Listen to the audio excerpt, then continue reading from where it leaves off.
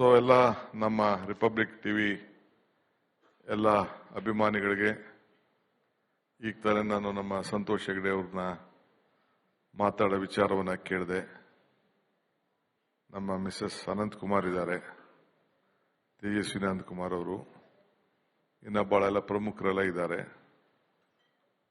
ನನಗೆ ರಿಪಬ್ಲಿಕ್ ಟಿವಿಯವರು ಬೆಳಗ್ಗೆಯಿಂದ ಬೆನ್ನತ್ತಿದ್ರು. Cabinet meeting ಇತ್ತು, ಅವ್ರಿಗೂ ಗೊತ್ತಿತ್ತು ಎಷ್ಟು ಕಷ್ಟ ಇದೆ ಅಂತ. 10 ನಿಮಿಷ ಬಂದು ಹೊರಟೋಗಿ ಅಂತ ಹೇಳಿದ್ರು. ಈಗ ಕೆಲವು ಇನ್ಸ್ಪೆಕ್ಷನ್ ಬೇರೆ ಹೋಗೋದಿದೆ. ಈ ದೇಶದ ಆಸ್ತಿನೇ ನಮ್ಮ ಸಂಸ್ಕೃತಿ.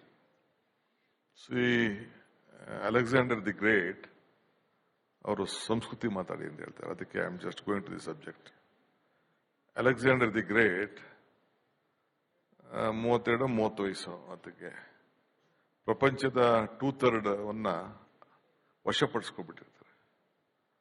ಆಮೇಲೆ ಭಾರತ ಕಡೆ ಹೊರಡ್ತಾ ಇರ್ತಾರಂತೆ. This is history. ಭಾರತ ಕಡೆ ಹೊರಟಾಗ ತನ್ನ ಗುರು ಅರಿಸ್ಟಾಟಲ್ಗೆ ಹೋಗಿ ಭೇಟಿ ಮಾಡಿ, ಗುರುಗಳೇ ನಾನು ಭಾರತ ಕಡೆ ಹೋಗ್ತಾ ಇದ್ದೀನಿ, ಭಾರತ ವಶಪಡಿಸ್ಕೊಂಡು ಹೋಗ್ತಾ ಇದ್ದೀನಿ ಅಂತ. ಅದಕ್ಕೆ ಆ ಗುರು ತನ್ನ ಶಿಷ್ಯನಿಗೆ ಕರೆದಿ, ನೋಡಪ್ಪ ನೀನು ಭಾರತ ಕಡೆ ಹೋಗ್ತಾ ಇದೀಯಾ, ಭಾರತ ವಶಪಡಿಸ್ಕೋಬೇಕು ಅಂತ ಹೋಗ್ತಾ ಇದೀಯಾ, ನೀನು ವಶಪಡಿಸ್ಕೋದಾದ್ರೆ ನೀನು ವಾಪಸ್ ಬರ್ತೀಯೋ ಇಲ್ಲೋ ಅಂತ ನನಗೆ ಗೊತ್ತಿಲ್ಲ, ನೀವು ಬರೋದಾದ್ರೆ 5 ವಸ್ತು ತೆಗೆದುಕೊಂಡು ಬಾ ಅಂತ ಹೇಳ್ತಂತೆ. ಏನು ಗುರುಗಳೇ ಅದು 5 ವಸ್ತು ಅಂತ? ಒಂದು ರಾಮಾಯಣದ ಗ್ರಂಥ, ಎರಡನೇದು ಮಹಾಭಾರತದ ಗ್ರಂಥ, 3ನೇದು ಗಂಗಾ ಜಲ, 4ನೇದು ಕೃಷ್ಣನ ಕೊರಳು, 5ನೇದು ಒಬ್ಬ ತತ್ವಜ್ಞಾನಿ. ನಮ್ಮಲ್ಲಿ ಬಹಳ ದೊಡ್ಡ ಸಾಧು ಸಂತರು ಕಾಶ್ಮೀರದಿಂದ ಕನ್ಯಾಕುಮಾರಿ ಬೇಕಾದಷ್ಟು ಜನ ಜ್ಞಾನಿಗಳಿದಾರಲ್ಲ. ಬಸವಣ್ಣ ಇರ್ಬೋದು, ತಿರುವಳ್ಳೂರ್ ಇರ್ಬೋದು, ಕಬೀರ್ ಇರ್ಬೋದು, ಇಂತೆಲ್ಲ ಇದ್ದಾರೆ. ಯಾರೋ ಒಬ್ಬರು ಒಬ್ಬ ಕರ್ಕೊಂಡು ಬಂದ್ರೆ ಈ 5 ವಸ್ತು ತೆಗೆದುಕೊಂಡ್ರೆ ಇಡೀ ಭಾರತನೇ ತೆಗೆದುಕೊಂಡು ಬಂದಂಗೆ ಅಂತೇಳಿ ತನ್ನ ಗುರು ಶಿಷ್ಯನಿಗೆ ಹೇಳ್ಬಿಟ್ಟು ಕಳಿಸ್ಕೊಡ್ತಾರಂತೆ. ಹಂಗೆ ಈ ಬೆಂಬು ಬಿದಿರು ಬೆಳಿತೀವಿ, ಕಾಡಲ್ಲಿ ಇರ್ತದೆ, ನಾವು ಬೆಳಿತೀವಿ. ಆ ಬಿದಿರಿಗೆ ಗೊತ್ತಿಲ್ಲ ಅದರಲ್ಲಂತ ನಾದ ಬರ್ತದೆ ಅಂತ, ಅದನ್ನ ಕೊರಳಾದ ತಕ್ಷಣ. ಹಂಗೆ ಪ್ರತಿ ಸಂದರ್ಭದಲ್ಲೂ ಕೂಡ ಈ ದೇಶದ ಆಸ್ತಿ ನಮ್ಮ ಸಂಸ್ಕೃತಿ.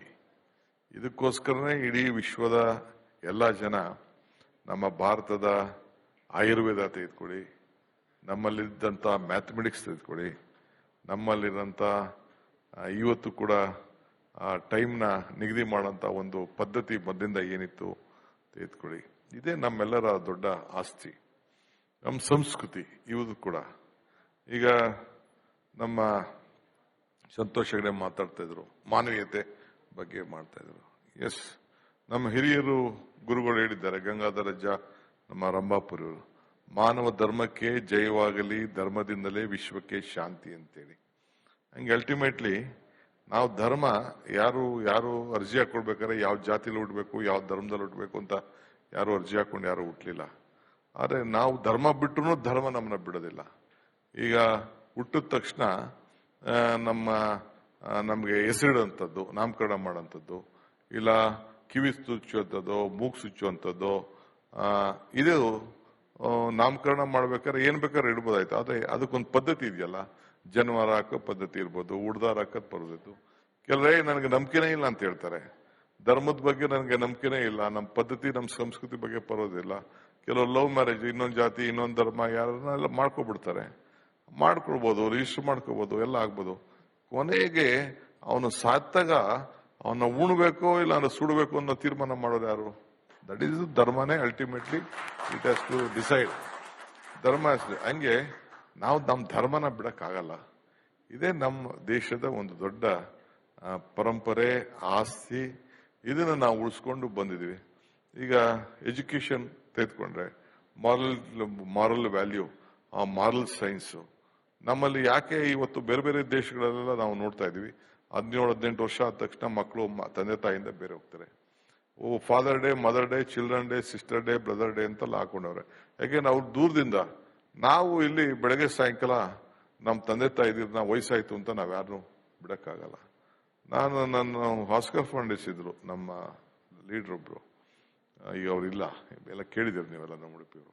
ಅವ್ನಿಗೆ ಯಾರೋ ಬಂದು ಹೇಳ್ತಾ ಇದ್ರು, ಈಗ ಕಂಪ್ಲೇಂಟ್ ಹೇಳ್ತಾ ಇದ್ರು ಕೆಲವು ವಿಚಾರದಲ್ಲಿ, ಸರ್ ಅವ್ರಿಗೆ ವಯಸ್ಸಾಗೋಯ್ತು ಸರ್, ಅದಂಗಾಗೋಯ್ತು ಸರ್, ನಾವ್ ಯಂಗ್ಸ್ಟರ್ಸು ಸರ್, ಹಂಗೆ ಹಿಂಗೆ ನಮ್ಗೆ ಅಧಿಕಾರ ಕೊಡ್ಬೇಕು, ಅದು ಕೊಡ್ಬೇಕಂತ. ಸರಿಯಪ್ಪ ಆಯ್ತು, ನೀನ್ ಹೇಳ್ತಾ ಇದ್ಯಾ ಸರಿ, ಹಂಗಂತ ನಿಮ್ ತಂದೆ ತಾಯಿಗೂ ವಯಸ್ಸಾಯ್ತಲ್ವಾ, ಅವ್ರ ನಮ್ಮ ಮನೆಯಿಂದ ಯಾಕೆ ನಿನ್ನ ಆಚೆಗೆ ಆಗ್ತಾ ಇಲ್ಲ, ನೀನ್ ಯಾಕೆ ಇಟ್ಕೊಡ್ತಾ ಇದೀಯಾ? ತಂದೆ ತಾಯಿಗೆ ಅವರ ಅನುಭವ ಮತ್ತೊಂದೆಲ್ಲ ಮಾಡ್ಬೇಕು, ನಿನ್ಗೆ ಶಕ್ತಿ ಕೊಟ್ಟು ನೀನ್ ಇಲ್ಲಿವರೆಗೂ ಬೆಳೆಸು ಈ ಸ್ವರ ಕೊಟ್ಟಿದಾರಲ್ಲ. So that is what the culture of India is ultimately. ಹಂಗೆ ಬೇರೆ ವಿಚಾರದಲ್ಲಿ ಈಗ ಧರ್ಮದ ಬಗ್ಗೆ ಮಾತಾಡ್ತಾರೆ. ಧರ್ಮ ಯಾವುದಾದರೂ ತತ್ವ ಒಂದೇ, ನಾಮ ನೂರಾದರೂ ದೈವ ಒಂದೇ, ಪೂಜೆ ಯಾವುದಾದ್ರು ಭಕ್ತಿ ಒಂದೇ, ಕರ್ಮ ಆದರೂ ನಿಷ್ಠೆ ಒಂದೇ, ದೇವನೊಬ್ಬ ನಾಮಲು. ನಾವ್ಯಾರು ಯಾವ ಹೆಸರು ಯಾವ ಧರ್ಮ ಯಾವ ಜಾತಿ ಯಾರು ನಾವು ಉಟ್ಕೊಂಡು ಬಂದಿಲ್ಲ. ಹಂಗೆ ನಮ್ಮ ಸಂಸ್ಕೃತಿ ಬಹಳ ದೊಡ್ಡದಂತ ವಿಚಾರ. ಈ ಕಲ್ಲಿದೆ, ನನ್ನ ಕೆಲವರು ಬಹಳ ಟೀಕೆ ಮಾಡ್ತಾರೆ, ಕನಕಪುರದ ಬಂಡೆ ಬಂಡೆ ಬಂಡೆ ಅಂತಾರೆ. ನಮ್ಮ ಕನಕಪುರದಲ್ಲಿ ಕಲ್ಲಿದೆ ಅದಕ್ಕೆ ಬಂಡೆ ಅಂತಾರೆ. ಆ ಕಲ್ಲು ಪ್ರಕೃತಿ, ಅದನ್ನ ಕಳೆದರೆ ಆಕೃತಿ, ಅದನ್ನ ಪೂಜಿಸಿದರೆ ಸಂಸ್ಕೃತಿ. ಗಣೇಶಂಗೆ ಒಡೆದು ಯಾವುದೇ ವಿಗ್ರಹ ಇಟ್ಟು ಒಡೆದು ಕೆತ್ತನೆ ಮಾಡಿ ಅದಕ್ಕೆ ಬಡ್ದಾಕಿ ಎಷ್ಟು ಏಟ್ ತಿಂದಿರ್ತದೆ, ಅದಕ್ಕೆ ಬೇಕಾದಷ್ಟು ಏಟ್ ತಿಂದಿರ್ತದೆ. ಸೊ ಅದಕ್ಕೆ ನನಗೂ ಬೇಕಾದಷ್ಟು ಟೀಕೆ ಮಾಡ್ತಾರೆ. ನಮ್ಮ ಸಾಹೇಬ್ರು ಈಗ ಮಾತಾಡೋದು ಕೇಳಿದ್ದೀನಿ, ರಾಜಕಾರಣಿಗಳು ಜೈಲಿಂದ ಬಂದ ತಕ್ಷಣ ಕೆಲವೆಲ್ಲ ಸ್ವೀಕಾರ ಮಾಡ್ತಾರೆ ಅಂತ. ನನ್ನೂ ಕಳಿಸಿದ್ರು ಜೈಲಿಗೆ, I don't mistake it is the advice. ನನ್ನೂ ಕಳಿಸಿದ್ರು ಬಿಜೆಪಿ ಗೌರ್ಮೆಂಟು, ನನಗೂ ಇಡಿ ಕೇಸ್ ಹಾಕಿ ತಿಹಾರ್ ಜೈಲ್ ನೋಡಿದೆ. ಈಚೆ ಬಂದ ತಕ್ಷಣ ನನಗೂ ಸಾವಿರಾರು ಜನ ಬಂದು ರಿಸೀವ್ ಮಾಡಿದ್ರು. ಏನ್ ಮಾಡ್ತೀರಿ, ಮಾಡಿದ ತಪ್ಪು ಅಂದ್ಬಿಟ್ಟು ಆಗೇನು ಜೈಲಿಂದ ಕಳ್ಸಿದ್ರು, ಈಗ ನನ್ನ ಕೇಸೇ ಅದು ಹಾಕ್ಬಿಟ್ಟಾಗೋಯ್ತು. ಅನುಭವಿಸೋ ನಾನು, ನೋವು ಅನುಭವಿಸೋ ನಾನು, ಸಮಸ್ಯೆ ಆದೋ ನಾನು. ಜನ ಹತ್ತರೋ ಪ್ರಾರ್ಥನೆ ಮಾಡಿದ್ರು, ಕಾಲಕ್ಕೆ ಚಪ್ಪಲಿ ಇಲ್ಲದೆ ಹೋದೋ ನಮ್ಮೂರವರೆಲ್ಲ ಸುಮಾರು ಜನ, ನಮ್ಮ ಕನಕಪುರದವರು, ದೇಶದ ರಾಜ್ಯದ ಎಲ್ಲ ಡೆಲ್ಲಿಗೆಲ್ಲ ಬಂದ್ಬಿಟ್ರು. ಕೋರ್ಟ್ಗೆ ಹೋದ್ರೆ 100 ಜನ ಇದ್ರು, ಪ್ರೀತಿ ಮಾಡಿದ್ರು, ಗಲಾಟೆಗಳು ಮಾಡಿದ್ರು. ಅಲ್ಟಿಮೇಟ್ಲಿ ಕೋರ್ಟ್ ನನಗೆ injustice was not ಫ್ಲೋನ್ from the seat of justice, justice ನ್ಯಾಯಾಲಯ ನನಗೆ ಕಾಪಾಡ್ತು. ಸೊ ಹಂಗೆ ಕೆಲವು ಸಂದರ್ಭದಲ್ಲಿ ಯಾರು ತಪ್ಪು ಮಾಡೋದು ಅಂತ ನಾವು ಹೇಳಿ ರಾಜಕೀಯದಲ್ಲಿ. ಸೊ ಹಂಗೆ ನಾವು ಬೇಕಾದಷ್ಟು ಸಂದರ್ಭದಲ್ಲಿ ನಾವು ಅನುಭವಿಸ್ಬೇಕಾಗ್ತದೆ. ಅಲ್ಟಿಮೇಟ್ಲಿ ಜನರ ಪ್ರೀತಿ ಬಹಳ ಇಲ್ಲಿ ಇಂಪಾರ್ಟೆಂಟು, ಜನರ ವಿಶ್ವಾಸ ನಮ್ಗೆ ಬಹಳ ಇಂಪಾರ್ಟೆಂಟು. ಜನರು ನಮಗೆ ಲೀಡರ್ಸ್ಗೆ ಆಯ್ಕೆ ಮಾಡೋರು ಸುಮ್ಮನೆ ಮಾಡಕ್ ಹೋಗಲ್ಲ.